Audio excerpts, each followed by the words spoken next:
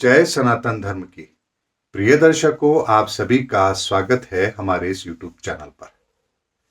दर्शकों, जब शास्त्र ग्रंथों की बात आती है या किसी ऐसे विषय पर कोई प्रश्न होता है जिसका प्रमाण देना या जिसके संदर्भ में व्याख्या करना या जिसका उत्तर आप अपनी मर्जी से नहीं दे सकते, आपको प्रमाणित सूत्र तो चाहिए, तो वहां पर जब हम उस जवाब को सुनते हैं तो बहुत सारे ऐसे भ्रम उत्पन्न होते हैं जिसके संदर्भ में सही व्याख्या या सही अर्थ का होना बहुत जरूरी है।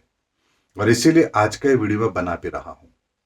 अमूमन मैं ऐसे वीडियो नहीं बनाता हूं क्योंकि ये प्रत्यक्ष तौर पर आमने सामने बैठकर की जाने वाली बात है, क्योंकि बहुत सारे संशय, बहुत सारे प्रति उत्तर, प्रति प्रश्न व्यक्ति के पैदा होते हैं जब इस तरह की चर्चा की जाती है।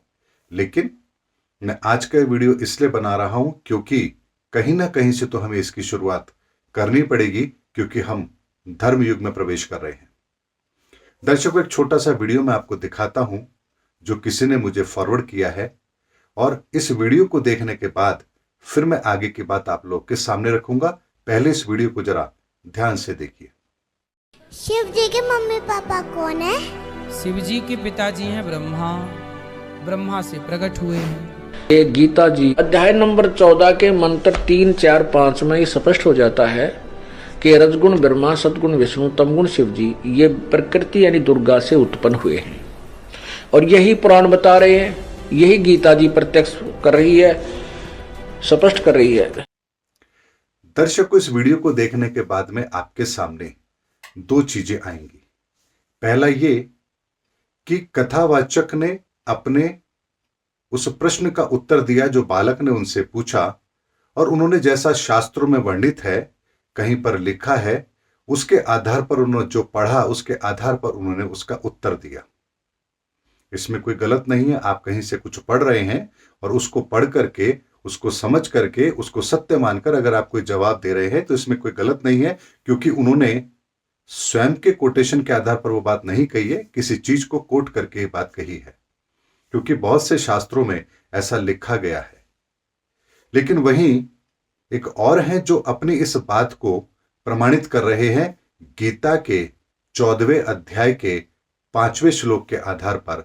और वहां वो ये कहते हैं, प्रकृति से ये तीनों पैदा हुए हैं, यानी मां काली से ये पैदा हुए हैं।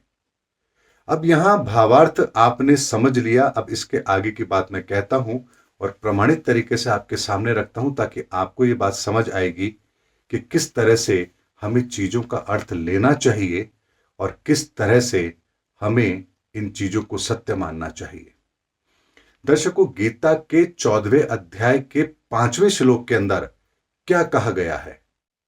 सत्व रज तमस इति गुणः प्रकृति संभवा, यानी सतरज तम इन तीन गुणों से प्रकृति संभव हुई है।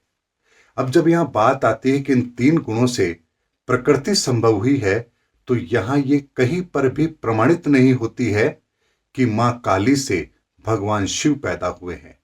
यहां प्रकृति संभव हुई है इन तीन गुणों से, ये कहा गया है। यानी तीन गुण कौन से? सत रज तम। अब जब बात आती है तीन गुण, तो इन तीन गुणों की व्याख्या भी अलग अलग जगह पर हमें अलग तरीके से लेनी पड़ेगी। इस बात को आगे कहने से पहले मैं आपके सामने एक बात रखता हूं।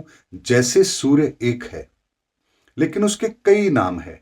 हम दिनकर कहते हैं, हम भास्कर कहते हैं, हम रवि कहते हैं, ये उसके कई नाम हैं। पदार्थ एक है, चीज एक है, लेकिन उसके कई नाम हमारे सामने होते हैं। ये इसलिए होते हैं क्योंकि गुणों के आधार पर उन्हें वो नाम दिया जाता है। जैसे सूर्य कहा जाता है क्योंकि ब्रह्मांड में वो सूर्य अपना अस्तित्व लेके बैठा है, और उस सूर्य के कारण से हमें रोशनी मिलती है, इसलिए उसे ग्रहों के संदर्भ में अगर हम कहेंगे तो हम सूर्य कहते हैं। वहीं अगर उसके सूर्योदय के समय के अंदर जब हम देखते हैं कि वो जैसे ही उदय होता है, रात का अंधेरा गायब हो जाता है, तो यहां उसके इस गुण के कारण से हम उसे दिनकर कहते हैं। वो हमें प्रकाश दे रहा है, इसीलिए हम उसे रवि कहते हैं। जैसे हम भोजन जो करते हैं, सुबह करते हैं, उसे हम नाश्ता कहते हैं। दोपहर में करते हैं, उसे हम लंच कहते हैं। और रात्रि में जो हम करते हैं उसे हम डिनर कहते हैं। यानी भोजन एक ही है, लेकिन जिस समय पर आप उसको कर रहे हैं उसकी एक विशेष पहचान यहां पर दी जाती है। यानी अगर आप कहें कि मैं डिनर कर रहा हूं, तो यहां यह समझाने की आवश्यकता नहीं है कि आप किस समय पर भोजन कर रहे हैं। डिनर कर रहे हैं इसका मतलब आप रात्रि में भोजन कर रहे हैं। इसी तरह से इस प्रकृति के अंदर भी 9 आयाम काम करते हैं। इन 9 आयामों के 9 एलिमेंट्स को ही मैथमेटिक्स के अंदर 1 to 9 की तरह संबोधित किया जाता है। गणित इस संसार की बनाई हुई नहीं है, ये गणित हमें वेदों से मिली है और वेद इस प्रकृति की भाषा है। इसीलिए 1 से लेकर 3 आयाम से ही यह प्रकृति संभव हुई है। यहां भगवान श्री कृष्ण ये कहना चाहते हैं। पहला आयाम, दूसरा आयाम और तीसरा आयाम, यहां आयाम की बात की गई है। और उस आयाम के गुणों से जब बात होती है तब यहां कहा गया कि प्रकृति संभव है। अब यहां एक शाब्दिक अर्थ हम निकालते हैं कि सत्य, रज, तम, इन 3 गुणों से प्रकृति संभव हुई है। तो आप बताइए, 3 गुणों की जब हम बात करते हैं तो क्या पानी के अंदर ये तीनों गुण मौजूद हैं? यहां प्रकृति की बात की गई है। प्रकृति अर्थात इस संसार के अंदर दृष्टि गोचर होने वाली हर वो वस्तु प्रकृति कहलाती है। तो क्या तीनों गुण पत्थर में भी पाए जाते हैं? क्या तीनों गुण पेड़ों में पाए जाते हैं? क्या तीनों गुण पानी में पाए जाते हैं? यहां प्रकृति संभवा कहा गया है, यानी इन 3 गुणों से प्रकृति संभव हुई है। यहां इस जगह पर भगवान श्री कृष्ण प्रकृति के रहस्य को बता रहे हैं कि प्रकृति कैसे संभव होती है। और इसके 2 श्लोक जो पहले के हैं वहां पर बहुत ही गूढ़ रहस्य वर्णित है कि कैसे इस संसार के अंदर जीवात्मा इस संसार में आती है, कैसे हमारी उत्पत्ति होती है और कैसे वो बीज इस संसार के अंदर हमारी उत्पत्ति करता है और कैसे हम उसे पिता मानते हैं। यहां भी इसके बहुत गूढ़ रहस्य हैं। ये सार्वजनिक तौर पर बताने के रहस्य नहीं हैं। इनके पीछे भी एक विधान काम करता है और उस विधान की अवहेलना नहीं की जानी चाहिए।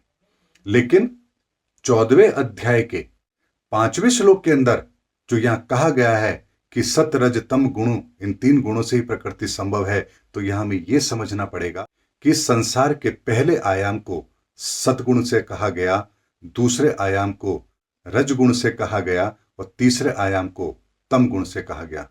यानी कि ब्रह्मांड का पहला आयाम जिसकी उत्पत्ति सूर्य का प्रमाण है, यानी कि वो प्रकाश।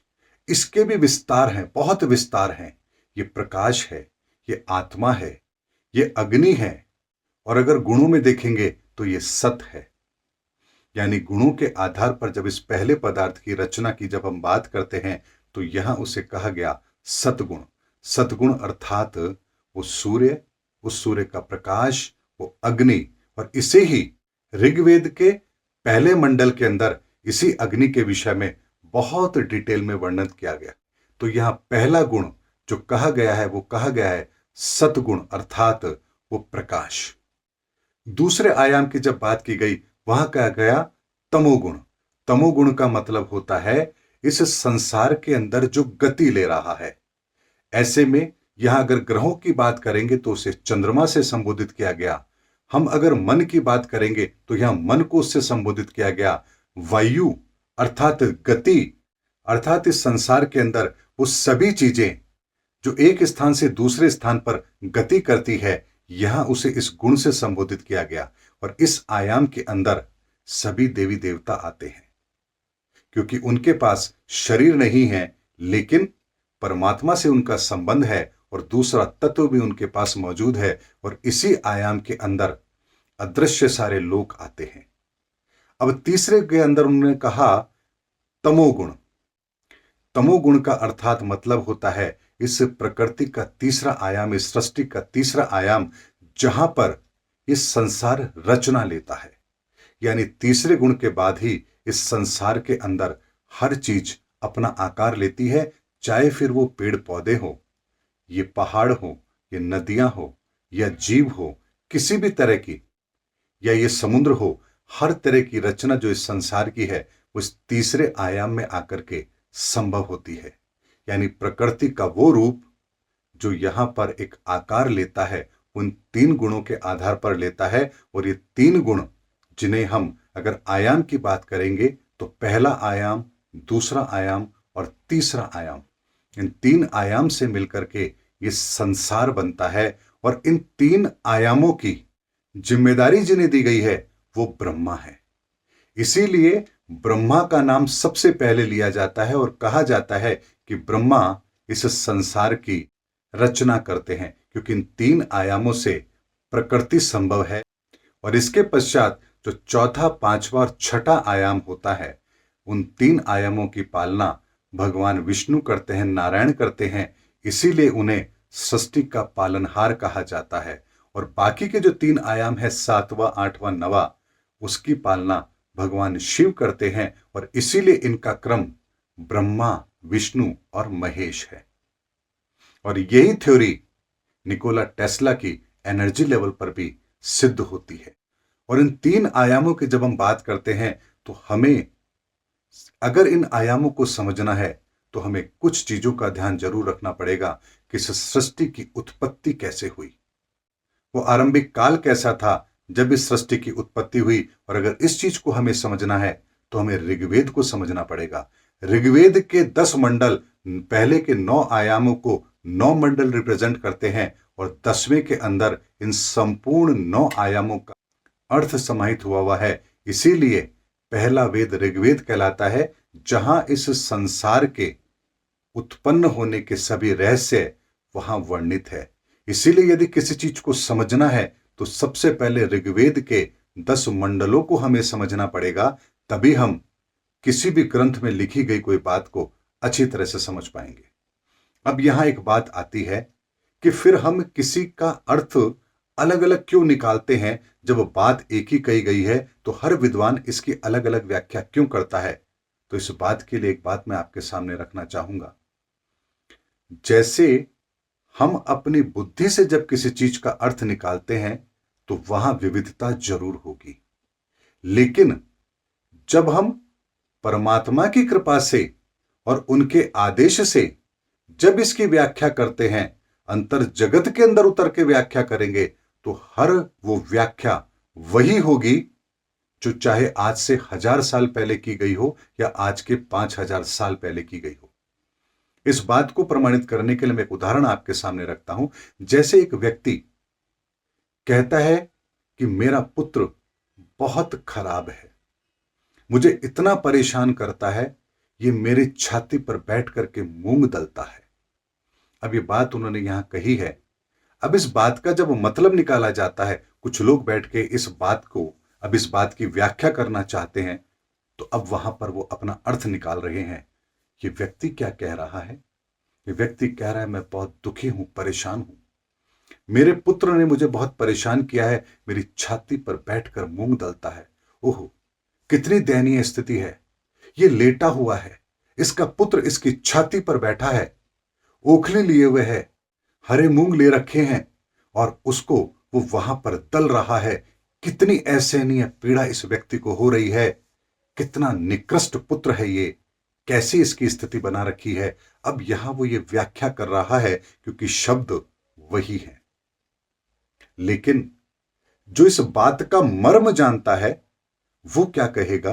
वो कहेगा इसका पुत्र इतना नालायक है कि वो हर पल वो कार्य करता है, जो कार्य वो करता है उससे इस व्यक्ति के हृदय को ठेस पहुंचती है और पल प्रतिपल इसका हृदय टूटता है, परेशान होता है। हृदय की वेदना को यहां ये व्यक्त कर रहा है। यहां इसका अर्थ ये है, लेकिन जब आप शाब्दिक अर्थ निकालने जाएंगे तो उसका अर्थ कुछ और निकलेगा। ठीक इसी तरह से हमारे शास्त्र ग्रंथों के अंदर जो कहा गया है, अगर आप उसका शब्द का अर्थ निकालेंगे तो आप उसकी व्याख्या 100% गलत करेंगे, लेकिन जब उसका भाव समझेंगे कि यहां किस शब्द को किस भाव के लिए लिखा गया है, तब आप उसकी सही व्याख्या करेंगे। क्योंकि यहां पर सत्य, रज और तम गुण की जब बात की गई है, यहां गुणों की बात की गई है, यानी कि प्रकृति के प्रथम 3 आयामों को जब गुणों के आधार पर हम डिफाइन करेंगे तो वो सत, रज और तम होंगे। और जब इन 3 आयामों को हम संख्या के आधार पर समझेंगे तो वो 1, 2 और 3 होगा। इन 3 आयामों को जब हम रचना के आधार पर समझेंगे तो इसके रचनाकार हमें ब्रह्मा जी समझ आएंगे। तो यहां पर शिव की उत्पत्ति का रहस्य कहां आता है?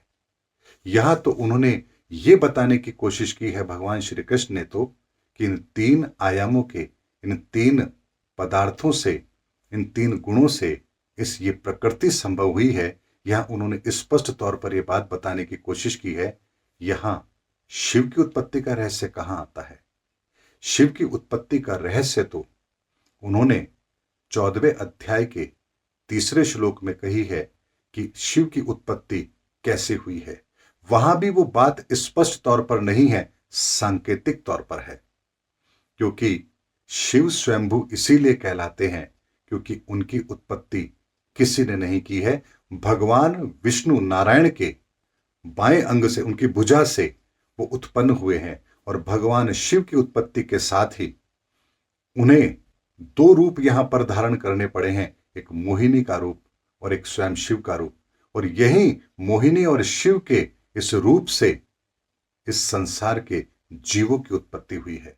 और नारायण के नाभि से ब्रह्मा जी की उत्पत्ति हुई है। और ब्रह्मा जी को इस संसार के इन 3 आयामों की व्याख्या करने के लिए ही उनको ये कार्य सौंपा गया है। और इसीलिए वेदों को हम ब्रह्मा जी के हाथों में देखते हैं, जहां वो इस प्रकृति के 3 आयामों की रचना के संदर्भ में हमें वेदों के माध्यम से बता रहे हैं। और इस आयामों के, इन 9 आयामों की व्याख्या, इस सृष्टि की रचना का रहस्य, ये सभी कुछ ब्रह्मा जी को बताया गया है। और ब्रह्मा जी वेदों के माध्यम से बाकी के 6 आयाम और अपने 3 आयाम, इनकी संपूर्ण व्याख्या ग्रंथों के माध्यम से करते आए हैं। और इसीलिए प्रकृति के इन रहस्यों को समझने के लिए हमें इस संसार की उत्पत्ति के रहस्य से इस चीज को समझना पड़ेगा। हर चीज इंटरकनेक्टेड है, कोई भी बात मिसिंग नहीं है। किसी भी व्याख्या को करने से पहले, उससे पहले के बहुत सारी चीजों का अवलोकन होना जरूरी है। और फिर यह देखना जरूरी है कि इस जगह पर जिस बात को कहा गया है, इसका भाव क्या है, यहां कौन सी बात किस उद्देश्य से कही गई है। तो यहां इस प्रकृति के उत्पन्न का रहस्य भगवान श्री कृष्ण गीता के 14वें अध्याय के 5वें श्लोक में कह रहे हैं। यहां कहीं भी यह बात प्रमाणित नहीं है कि वो भगवान शिव की उत्पत्ति के लिए काली को जिम्मेदार ठहरा रहे हैं, या ये कह रहे हैं कि मां काली से शिव पैदा हुए हैं। इसीलिए दर्शकों, शास्त्र ग्रंथों का अध्ययन, उनका पठन पाठन जरूरी तो है, लेकिन बिना आत्मज्ञान के इसकी व्याख्या नहीं की जा सकती है। और ये आत्मज्ञान प्राप्त होने के पश्चात ही इंसान अपने भीतर उस परमात्मा की कृपा से उन व्याख्याओं को समझता है जो व्याख्याएं बाहर हो ही नहीं सकती है। और इसीलिए जितने भी ऐसे संत महापुरुष हुए हैं जिन्होंने अंतर जगत की व्याख्याएं की हैं, उनकी व्याख्याओं में कहीं भी लेश मात्र का अंतर नहीं है, क्योंकि सबकी व्याख्याएं अंतर जगत की व्याख्याएं हैं। बाहरी व्याख्याएं शब्दों की फिर आप करते रहिए, 800 करोड़ लोग हैं, 800 करोड़ व्याख्याएं हो सकती हैं। उम्मीद करता हूं दर्शकों, मेरा वीडियो आपको जरूर पसंद आया होगा। अगले वीडियो में आपसे फिर भेंट होगी, तब तक हमारे चैनल पर बने रहिए। जय हिंद, जय भारत, जय सनातन धर्म।